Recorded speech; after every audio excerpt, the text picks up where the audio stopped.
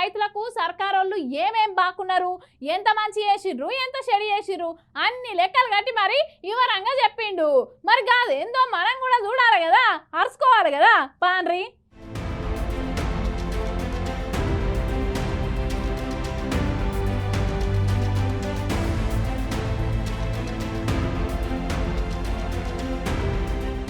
ఓ దేవుడా, కొత్త సంవత్సరంలో కేటీఆర్ సారు సర్కారులకు గట్టిగానే ఇచ్చి పాడేస్తుండు కదా. అగో రైతులకు ఎగ్గొట్టిన రైతు భరోసా మొత్తం లెక్కలు చేసి ఈ పోస్టర్లు ఊరేస్తామనుకొత్తాండు.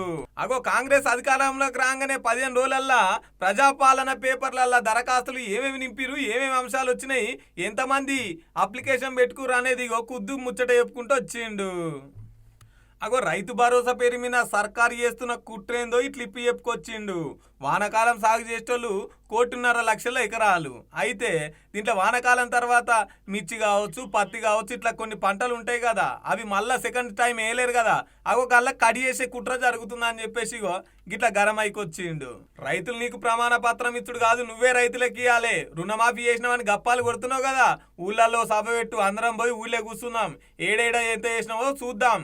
ఎంతమంది ఊళ్ళో భూ యజమానులు ఉన్నారు, కౌలు రైతులు ఉన్నారు. అగో గా డిక్లరేషన్ అయ్యి ముందుగాల, తర్వాత బోనస్ ఎంత ఇచ్చినావు, ఎంత కాంట పెట్టినావు, ఎంత కొన్నావు, తర్వాత రైతు కూలీలు ఎంతమంది ఉన్నారు, ఇదంతా లెక్క కట్టి చెప్పు ముందుగాల రైతులకు అని చెప్పేసి గట్టిగానే గరమైండు.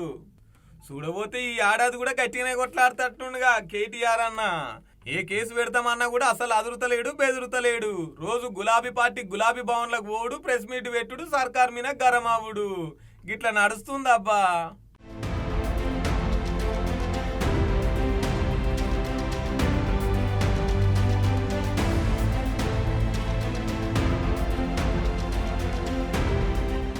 ఈ పోస్టర్లు ఊరూరా వేస్తాం.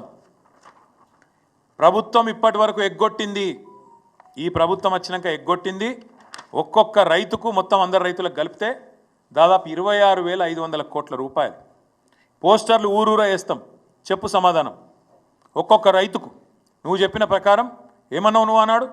డిసెంబర్ 3కు ముందు తీసుకుంటే 5,000, డిసెంబర్ 3 తర్వాత తీసుకుంటే 7,500 ఎకరానికి.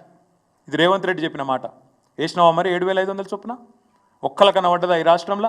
అందుకే మేము అంటున్నాం, ఒక్కొక్క రైతుకు ఒక్కొక్క ఎకరానికి నువ్వు పడ్డ బాకీ 17,500 రూపాయలు. ఒక ఎకరానికి బాకీ 17,500. ఒక ఎకరానికి 17,500 అయితే ఇగో 2 ఎకరాలకు ఎంత, ఎవరికైనా ఎక్కలు రాకపోతే 2 ఎకరాలకు ఎంత, 3 ఎకరాలకు ఎంత, 7 ఎకరాలకు ఎంత, ఇవన్నీ ఊరూరా పోస్టర్లు వేస్తాం. రైతులు అడుగుతారు, ప్రభుత్వాన్ని సమాధానం చెప్పాలి. ఎందుకంటే నువ్వు తప్పించుకుంటా అనుకుంటున్నావు, రైతు బంధుని మొత్తానికి బొండిగా విసికి చంపేస్తా అనుకుంటున్నావు.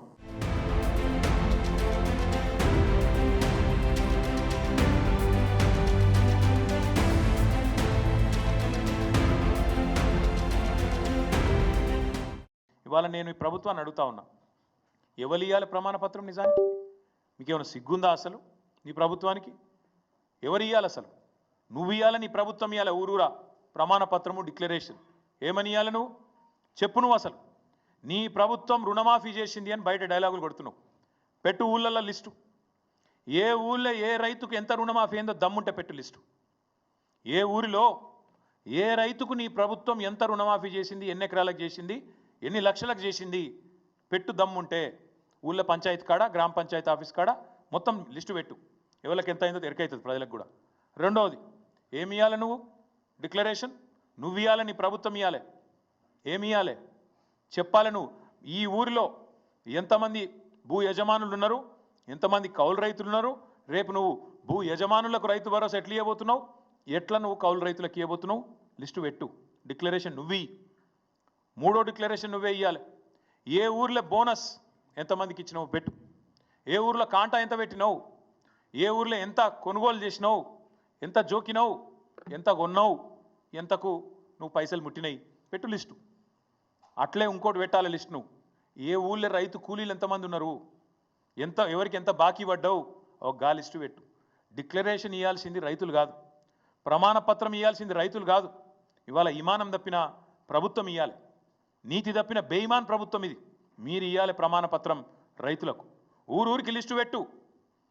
పెద్దలు ఓ సామెత చెప్తారు, ఒక కుక్కను చంపే ముందుగా దానికి పిచ్చి కుక్క అని ముద్రేయాలి. అట్లయితే దాని సంపుడు అలకగా అవుతుంది. ఇప్పుడు రైతు బంధు పథకాన్ని కూడా బొందబెట్టే ప్రయత్నం ఈ ప్రభుత్వం చేస్తుంది. ముమ్మాటికి నేను మా పార్టీ తరఫున ఈ ఆరోపణ చేస్తా ఉన్నా. రైతు బంధు అనే ఒక విప్లవాత్మకమైన పథకాన్ని బీఆర్ఎస్ పార్టీ తెస్తే కేసీఆర్ ఆనవాళ్లను లేకుండా చేస్తా అని ఎప్పుడైతే రేవంత్ రెడ్డి చెప్పిండో అప్పుడే రైతులందరూ రాష్ట్రంలో అర్థం చేసుకుని ఉండాలా. దీన్ని కూడా ఖచ్చితంగా మింగేస్తాడు కాంగ్రెస్ పార్టీ, దీన్ని కూడా బొందబెడుతుంది రైతు బంధును అని.